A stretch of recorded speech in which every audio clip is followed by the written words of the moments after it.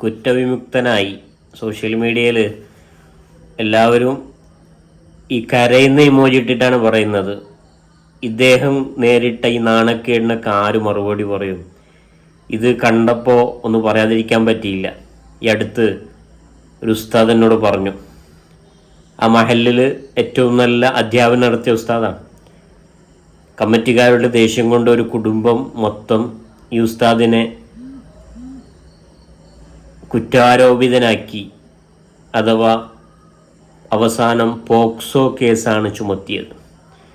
അങ്ങനെ 5 വർഷക്കാലം കേസിനു പിന്നിൽ നടന്നു. അവസാനം പോലീസ് കണ്ടെത്തി ഈ ഉസ്താദ് ഒരു തെറ്റും ചെയ്തിട്ടില്ല. പക്ഷേ 5 വർഷക്കാലം ആ ഉസ്താദും ആ ഉസ്താദിൻ്റെ കുടുംബവും ആ ഉസ്താദിൻ്റെ കരിയറും ആ ഉസ്താദിൻ്റെ ഇമേജും, ദിലീപിന് മാത്രമല്ലല്ലോ, ഇത് വന്നപ്പോൾ ഞാൻ അങ്ങനെ പറയുമെന്ന് തോന്നിയതുകൊണ്ടാണ് ഞാൻ പറയുന്നത്, എല്ലാം നഷ്ടപ്പെട്ടിട്ട് അവസാനം കുറ്റവിമുക്തനായിട്ട് തിരിച്ചു വരുമ്പോൾ ആരെങ്കിലും ഉണ്ടോ സമൂഹത്തിന് മുമ്പിൽ പറയാൻ? അന്ന് വെറുതെ ആയിരുന്നു അവർ കേസ് കൊടുത്തത്. പക്ഷേ അദ്ദേഹത്തിൻ്റെ തെറ്റിൻ്റെ പേരിൽ ഒരു വാർത്ത വന്നപ്പോൾ ഷെയർ ചെയ്യാനും കുറ്റം പറയാനും ഒരുപാട് ആളുകളുണ്ടായിരുന്നു. തിരിച്ച് അദ്ദേഹം കുറ്റവിമുക്തനായപ്പോൾ അത് ലോകം അറിയുന്നില്ല. ദിലീപ് ഒരു സെലിബ്രിറ്റി ആയതുകൊണ്ട് ലോകം അറിയുന്നു. ഇനി അദ്ദേഹം തെറ്റ് ചെയ്തോ ഇല്ലേ എന്നല്ല നമ്മുടെ ചർച്ച.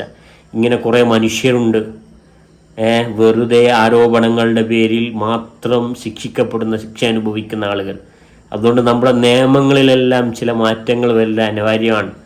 നിർബന്ധമായിട്ടും കുറ്റക്കാരനാണെന്ന് തെളിഞ്ഞാൽ മാത്രം അത് പത്രമാധ്യമങ്ങൾക്ക്, മാപ്രകളെന്ന് വിളിക്കുന്നത് വെറുതെ അല്ല, മാധ്യമങ്ങൾക്ക് മുമ്പിൽ അറിയിക്കാൻ പാടുള്ളൂ. ഇല്ലെങ്കിൽ അവരാഘോഷിക്കും. കുറ്റക്കാരനെങ്കിൽ അവനെ നിന്ദിക്കണം, നാണക്കേടാക്കണം. കുറ്റക്കാരനല്ലെങ്കിൽ ഈ ചെയ്ത തെറ്റിന് ഒരിക്കലും പ്രിയപ്പെട്ടവരെ ഇതിന് പകരാവില്ല. അവസാനം ഉസ്താദ് പറഞ്ഞു, കുറ്റവിമുക്തനായി കുറച്ച് കഴിയുമ്പോൾ ആ കുടുംബം വന്നുകൊണ്ട് പറഞ്ഞു പോലും, ഉസ്താദെ ഞങ്ങൾ അറിയാതെ ചെയ്തു പോയതാണ്, ക്ഷമിക്കണം. ആ ഉസ്താദ് ക്ഷമിച്ചു കൊടുത്തു, പാവമല്ലേ. പ്രിയപ്പെട്ടവരെ, ആ കുടുംബം അനുഭവിച്ച വേദനയ്ക്ക് ആരാണ് പരിഹാരം നൽകുന്നത്? ഇങ്ങനെ ഒരുപാട് മനുഷ്യരുണ്ട്, ഉസ്താദ് മാത്രമല്ല, അധ്യാപകരുണ്ട്.